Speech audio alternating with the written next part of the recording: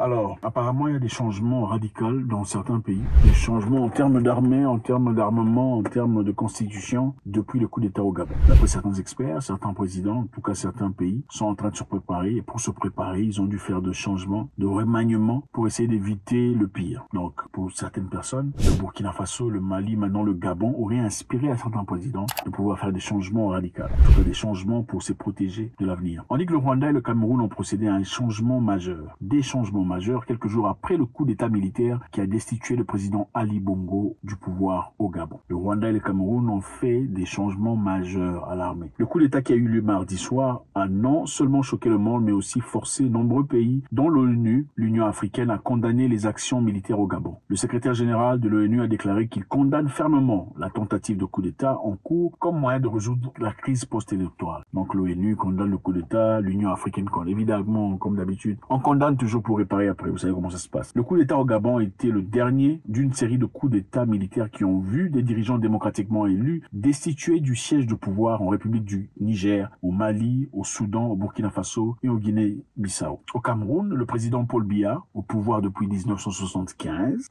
pour empêcher son pays de figurer dans la liste de putschistes, a décidé de remanier l'armée des nouvelles nominations. Donc le président Biya décide de remanier l'armée pour éviter, en tout cas, quelconque éventualité négative. Président Biya, président depuis 1975. C'est intéressant, c'est très intéressant. Je pense que c'est presque 50 ans, n'est-ce pas? C'est un problème majeur pour beaucoup d'Afrique, en tout cas une grande partie de l'Afrique. Je ne sais pas pourquoi on a du mal à dire, ok, bon, je pense qu'il est temps pour moi de me reposer. Je formerai une personne ou deux, en tout cas quelqu'un de solide qui bénéficiera de mon expérience et ma bénédiction pour continuer, un peu comme on a fait ailleurs, comme on le fait, enfin je sais pas, comme l'a fait Mandela par exemple, hein, une seule fois. Et puis bon, au revoir les amis.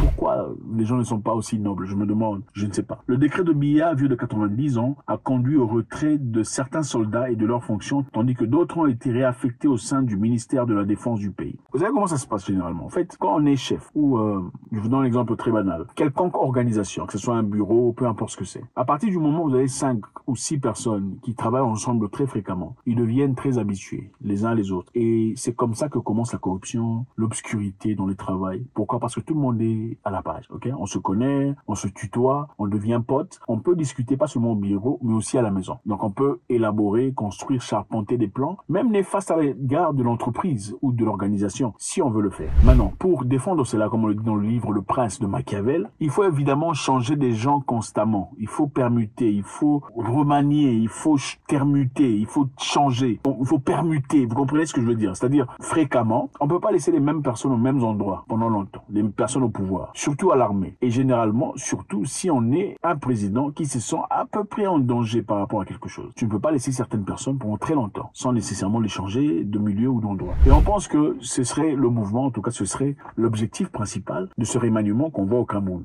par le président Paul Biya, qui est très aimé par beaucoup de Camerounais, évidemment. Selon les informations provenant d'une source au sein du gouvernement camerounais, parmi les hauts responsables militaires récemment nommés au sein de l'armée figurent désormais Félix Kandom, Lucas Nguema Ondo, Bertin Bourget et autres. En réaction à la multiplication des coups d'État militaires à travers le continent et au bouleversement inattendu au sein de forces militaires au Rwanda et au Cameroun, un avocat historien de la guerre basé à Abuja, qui a choisi de rester anonyme, s'est entretenu avec Business Day. Il a déclaré « Ils connaissent très bien le sujet ». Là, il parle de président. Ils connaissent très bien les sujets. Mais à quel point peut-on être intelligent? Combien de fois avons-nous vu sur National Geography ce qui se passe à tous les vieux lions? Combien de fois avons-nous vu sur National Geography ce qui se passe à tous les vieux lions? En parlant de vieux lions, évidemment, il parle ici des présidents de la République qui sont là. Bon, nous savons ce qui se passe avec les lions. Vous savez, généralement, le lion, quand il fait des enfants, le lion mâle avec les lionnes, quand ils font des enfants, les femelles peuvent rester. Les mâles restent jusqu'à 4 ans. À 4 ans, c'est-à-dire ils atteignent la maturité sexuelle. Ils peuvent avoir des enfants. Ils sont chassés. Le lion dominant chasse tous les lionceaux, ses enfants, ses garçons. Il les chasse à 4 ans. Parce qu'il ne peut y avoir qu'un seul lion. C'est ça. Après les avoir chassés, ils partent chercher leur propre colonie ailleurs. Et pendant ce temps, ces garçons grandissent, deviennent forts. Ils vont quelque part trouver un autre lion qui a chassé ses enfants. Ils vont combattre ce lion. S'ils sont forts, ils le tuent. Ils prennent désormais l'autorité sur le terrain qu'ils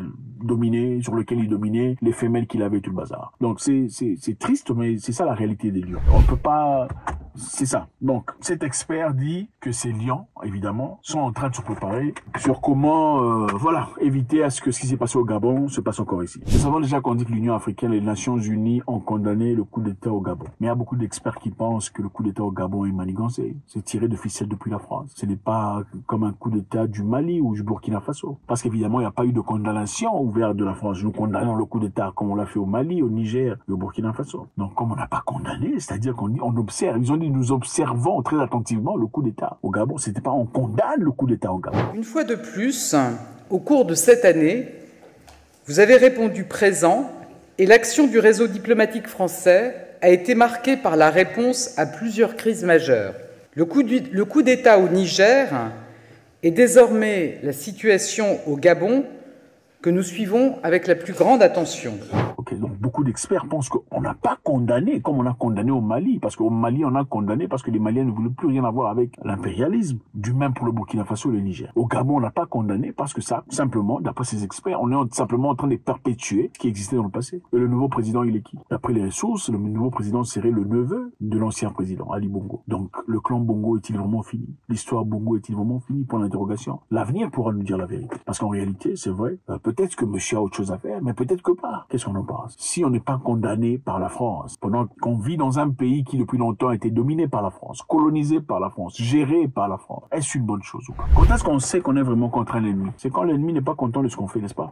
Quand l'ennemi dit, bon, ok, je suis d'accord avec ce que je fais. Bon, on doit se rassurer. Ici, il y a un ennemi. L'ennemi de l'Afrique francophone. La France-Afrique, on connaît. Ce ne sont pas les Français. C'est une classe politique bien claire qui s'élève contre la France-Afrique, qui s'élève contre les Africains qui parlent français. C'est eux qui pillent, c'est eux qui volent, c'est eux qui écrasent, c'est eux qui asphyxient. Maintenant, pourquoi les Africains ont du mal à laisser le pouvoir? C'est vrai que la démocratie n'est pas pour tout le monde. Okay? On dit que les Africains ne sont pas naturellement démocrates. Mais est-ce que ça veut dire qu'il faut y avoir une dictature effrénée jusqu'à la fin de la vie? Je ne sais pas. Est-ce qu'il faut qu'on vive comme ça? Est-ce qu'on ne peut pas former quelqu'un d'autre, une autre personne, un autre visage, quelqu'un de frais, quelqu'un qui correspond le plus avec la nouvelle génération? N'y a-t-il pas une seule personne quelque part là-bas qui puisse assumer ses rôles? Regardez un peu la vidéo de l'élection au Cameroun à l'arrivée de Papa Biya. Ça fait très longtemps. N'y a-t-il personne pour assumer ses responsabilités? On dit qu'il y a eu remaniement. On a changé et permuté les gens. Pourquoi? Parce qu'on a peur que quelque chose arrive. Évidemment, quand il y a des généraux qui sont habitués, qui discutent, qui sont en position de force, c'est très facile d'organiser quoi que ce soit. Pour éviter ce qui se passe ailleurs, bon, nous on va se préparer. En attendant, le peuple continue à vivre dans la misère, les difficultés, la peine. On a besoin de voir un changement radical, un changement positif. Et ça ne peut venir que du peuple. Écoutez, personne ne va vous libérer. Ce n'est pas les Nations Unies, ce n'est pas l'Union africaine. Personne ne viendra vous libérer. La liberté se force. La liberté s'acquiert. La liberté, le fruit d'une lutte frénétique. Si le peuple est esclave dans la tête, aucune liberté ne peut venir. Bon, autant mieux dans ce cas-là, chercher un autre pays,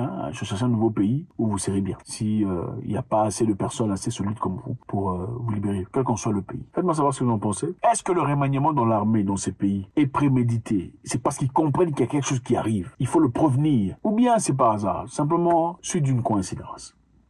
God bless.